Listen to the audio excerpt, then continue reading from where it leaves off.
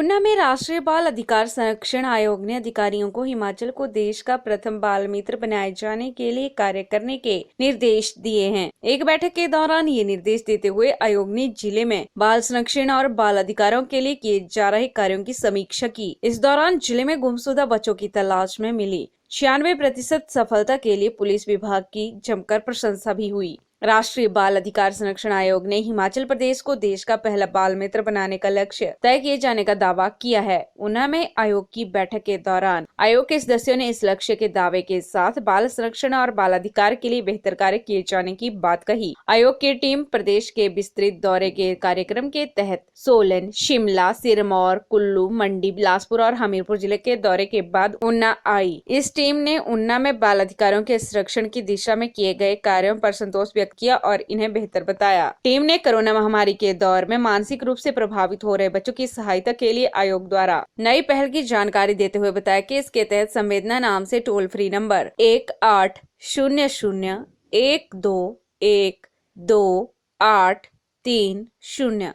जारी किया है, जिस पर कॉल करके बच्चों की समस्याओं पर विशेषज्ञों से बात कर समस्या का समाधान पाया जा सकता है। इस टोल फ्री नंबर पर सुबह 9 बजे से सायं 5 बजे तक यह सहायता उपलब्ध होगी। आयोग की टीम ने ऊना में बाल कल्याण के लिए किए जा रहे कार्यों, शिक्षा का अधिकार, बाल श्रम और उनके स्वास्थ्य संबंधी कार्यों की समीक्षा कर आवश्यक दिशा निर्देश भी दिए। आयोग द्वारा जिले के सभी पुलिस थानों में बाल मित्र कॉर्नर बनाने के भी निर्देश दिए। यही नहीं, बाल अधिकार संरक्षण की गतिविधियों से जुड़ी रिपोर्टिंग के लिए एक उपयुक्त तंत्र विकसित करने पर भी जोर दिया। आयोग ने ऊना में गुमशुदा बच्चों को ढूंढने की दिशा में पुलिस की कार्यप्रणाली की प्रशंसा की। गौरतलब है कि ऊना जिले में गुमशुदा बच्चों को ढूंढने की सफलता दर 96% है, जो निस्संदेह सराहनीय है। आयोग ने जिला प्रशासन को व्यापक अभियान चलाकर बच्चों में नशे की समस्या को समाप्त करने पर काम किए जाने के सुझाव दिए। आयोग के सदस्य ने शिक्षा विभाग के अधिकारियों को जिला के सभी प्राइवेट स्कूलों में शिक्षक अधिकार अधिनियम की पूरी अनुपालना सुनिश्चित बनाने के निर्देश दिए, जबकि श्रम विभाग को बाल मजदूरी के मामलों में कड़ी कार्रवाई करने के निर्देश दिए और किसी भी रेस्क्यू ऑपरेशन से पहले उपायुक्त की अनुमति अवश्य लिए जाने के आदेश दिए। भी आपने जो प्रेस वार्ता हुई उसमें ध्यान से सुना होगा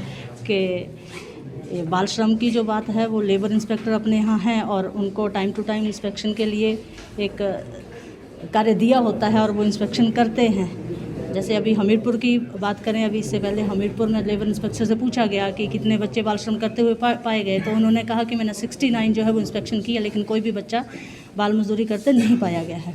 मैडम, बाल मजदूरों के लिए राइट टू एजुकेशन का क्या उसके लिए अपने CCIs हैं, लेकिन सबसे पहले वो बाल मजदूरी क्यों कर रहा है, इस हेतु CWC के सामने बच्चे को सुपुर्द किया जाता है, उसकी काउंसलिंग होती है और उसके पीछे का कारण समझा जाता है और उसके बाद ही निर्णय लिया जाता है कि बच्चे का अगर घर बार से कोई ऐसा संबंध नहीं है, उसके माता पिता नहीं है, उसका परिवार की कोई पहचान नहीं बता पा रहा है, तो अपने यहाँ CCIs हैं, वहाँ बच्चे को छोड़ा जाता है। मैडम, बच्चों को जो बैगिंग है जी, वो बच्चे यहाँ ऊना में भी कई घूमते हैं और खास करके जो धार्मिक होते हैं, जैसे शनिवार को कपड़ा, काले कपड़े पहन के वो ना मांगते हैं। जी, ये बहुत ही हमारी देवभूमि के लिए जो आप कह रहे हैं बड़ी एक चिंतनीय और निंदनीय विषय है और हम सब के ध्यान में है कि बच्चे भगवान स्वरूप हैं हम सब के लिए और हम सब घरों में ये स्वीकार भी करते हैं।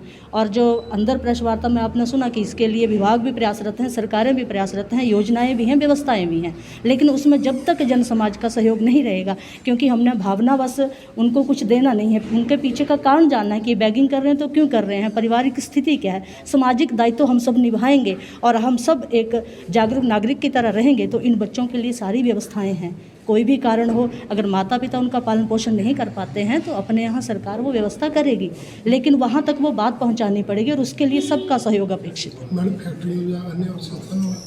समय समय पे औचक निरीक्षण होता है और ऐसा कुछ पाया जाता है तो अपने यहाँ 47 CCIs हैं और उसमें इस तरीके के केस। मैडम, ये हाल में 15 साल की लड़की को शादी कर दी गई है 40 साल के बाद, क्या उस लड़की को शेल्टर होम में भी भेजा जाएगा? नहीं, वो अभी तक वो सारा विषय जांच का रहेगा, काउंसलिंग का रहेगा, परिवार किस अवस्था में है, बेटी की मानसिक स्थिति किस अवस्था में, उसके बाद ही निर्णय होता है। मैडम, पोस्को एक्ट केस में क्या उचित कदम उठाना है जी? बच्चों के साथ पोस्को एक्ट में क्या उचित कदम उठाना? वो एक्ट के अनुरूप ही होगा, स्थिति के अनुरूप ही होगा, लेकिन वो CCW के सामने बच्चे की काउंसलिंग होगी, उसके अनुरूप वो जांच की जाएगी कि विषय कहाँ तक ये सत्य है और जब सत्य होगा तो कानून के तहत जो भी कार्रवाई है वो रहेगी। मैडम, हमारे देश में बाल बच्चों को दूसरे देशों में तस्करी की जाती है, तो क्या ऐसे मामले में आपके ध्यान में आया है? नहीं, अभी तक मेरे ध्यान में तो कम से कम ऐसा मामला नहीं आया है।